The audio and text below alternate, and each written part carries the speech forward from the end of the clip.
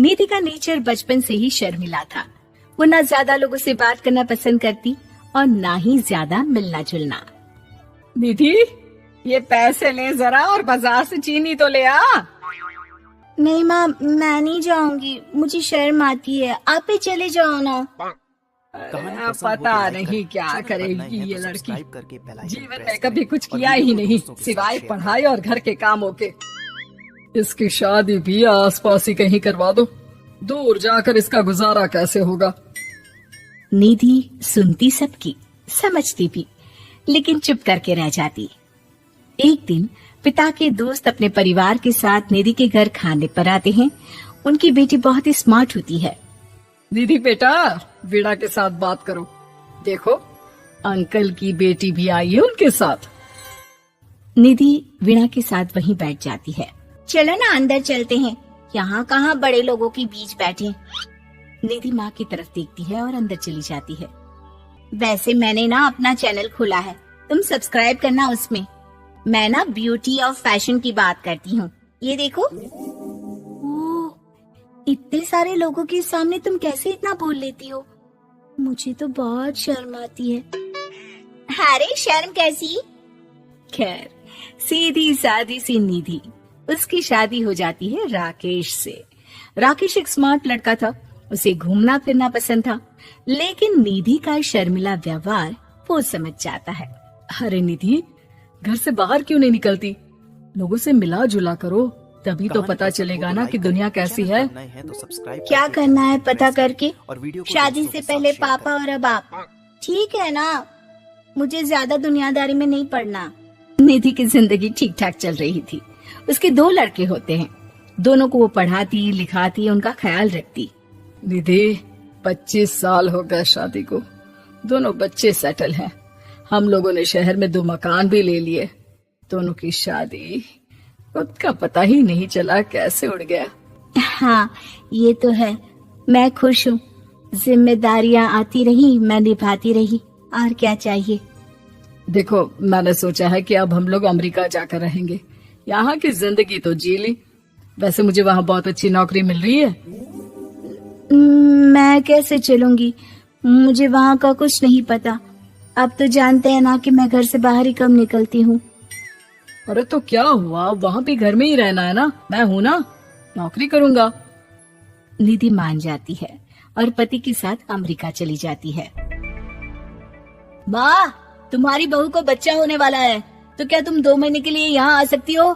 मुझे तुम्हारी बहुत जरूरत है, मैं टिकट भेज देता हूँ। हाँ हाँ, ये तो बहुत खुशी की बात है। मेरा भी मन सबसे मिलने का कर रहा था, पर क्या माँ? पर अब मैं आऊंगी कैसे? पापा से बात करती हूँ। देखो माँ, प्लीज बहाना मत बनाना, तुम जानती हो ना इस वक्त में मैं किसी पर भरोसा नहीं कर सकता हूँ। निधि पति को सारी बात बताती है। क्या आप भी चलेंगे? निधि, आने जाने में बड़ा खर्च हो जाएगा, ऊपर से मुझे यहाँ छुट्टी नहीं मिलेगी। बहू पर वक्त ऐसा है कि तुमको तो जाना ही पड़ेगा। मैं अकेले दुकान तक तो नहीं जा पाती, इतनी दूर भारत कैसे जाऊंगी, मुझसे नहीं होगा। लेकिन सबके कहने पर निधि को जाना ही पड़ता है। एयरपोर्ट में घबराई निधि एक मुसाफिर से कहती है, मैं ना भारत जा रही हूँ, दिल्ली जाने वाली फ्लाइट। सब मिलकर निधि की मदद करते हैं और फाइनली निधि भारत पहुंच जाती है, जहाँ बेटा उन्हें घर ले आता है। वाह माँ जी, यहाँ तो मैं भोपाल तक नहीं जा पाती, आप अमेरिका से आ गई। भाई चालाकी तो औरतों में होनी ही चाहिए, यहाँ हम बुद्धू के बुद्धू रह गए। निधि इतनी दूर और लंबा सफर करके थक जाती है, वो चुपचाप बैठ जाती है। बैठना नहीं है माँ जी, बच्चा पकड़ना है, ये लीजिए। और हाँ, घर का काम तो मैं करूंगी नहीं, जानती है ना शरीर कच्चा सा है, तो मुन्ने को सुलाकर कुछ बना लीजिएगा। निधि को बहू का व्यवहार बहुत बुरा लगता है। जैसी भी थी, पिता और पति की हमेशा लाडली रही थी निधि। निधि बेटे की तरफ देखती है। माँ, वो काम वाली कोई मिल नहीं रही है ना, मैं देखने की कोशिश तो कर रहा हूँ, जैसे ही मिल जाएगी वो संभालेगी सारा काम। अरे कैसी बात कर रहे हो? जब पहले मैंने कहा था कि अमेरिका से इनके टिकट में जो पैसा खर्च कर रहे हो उतने में नौकरानी रख लो, तो नहीं, मेरी बात पर विश्वास नहीं था। कि ना ना कोई मेरे बच्चे को अच्छे से नहीं संभालेगा। अब इनका भी खर्चा और नौकरानी का भी खर्चा। अरे ना जी ना, मैं नहीं संभाल सकती। निधि जैसे तैसे 2 महीने रहकर वापस अमेरिका चली जाती है, लेकिन वहां जाते ही जैसे राकेश उसे देखता है उसके गले लग जाता है। ये क्या हालत बना रखी है निधि, कैसी लग रही हो? खाना नहीं खाती थी क्या? क्या हो गया? निधि पति से कुछ नहीं कहती, बस रोती ही चली जाती है।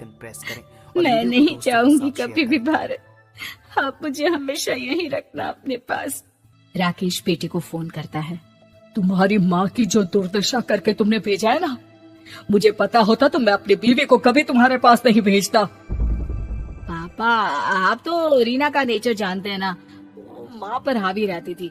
अब मैं तो ऑफिस चला जाता था, वो माँ पर जुल्म करती है और माँ भी इतनी सीधी है कि चुपचाप सहती रही। मुझे माफ कर दीजिए पिताजी। खैर राकेश कहता भी क्या, प्यार दुलार के साथ अपनी निधि को संभालने में लग जाता है। लेकिन कहते ना, वक्त हमेशा एक सा नहीं रहता।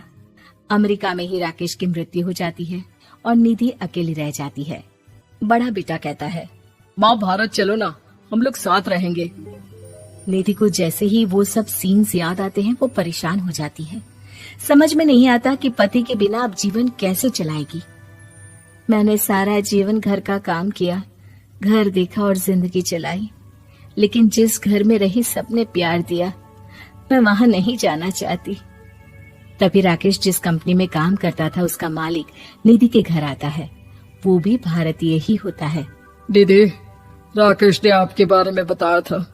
जब से आप भारत से लौटी थी उसे आपकी बहुत चिंता रहती थी, इसलिए उसने मुझसे कहा था कि कभी अगर वो ना रहे तो मैं आपको ये पैसे दे दूं।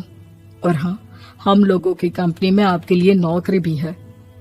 निधि पति के पैसे देखकर मन में तसल्ली करती है और नौकरी के लिए हाँ कर देती है। अरे पागल है क्या माँ, कैसे नौकरी करोगी? ये अमेरिका है, दिल्ली नहीं। वहाँ तो तुम घर से निकल भी नहीं पाती थी, यहाँ कैसे? मेरे पति, मेरे पिता मुझे खुश देखना चाहते थे। वो लोग जब तक थे मुझे किसी चीज के लिए ना फोर्स किया, ना कभी कमी होने दी। पर अब मुझे जीवन जीने के लिए घर से निकलना ही होगा। बेटा, तुम तो अगली फ्लाइट से भारत लौट जाओ, मैं यहीं खुश हूँ।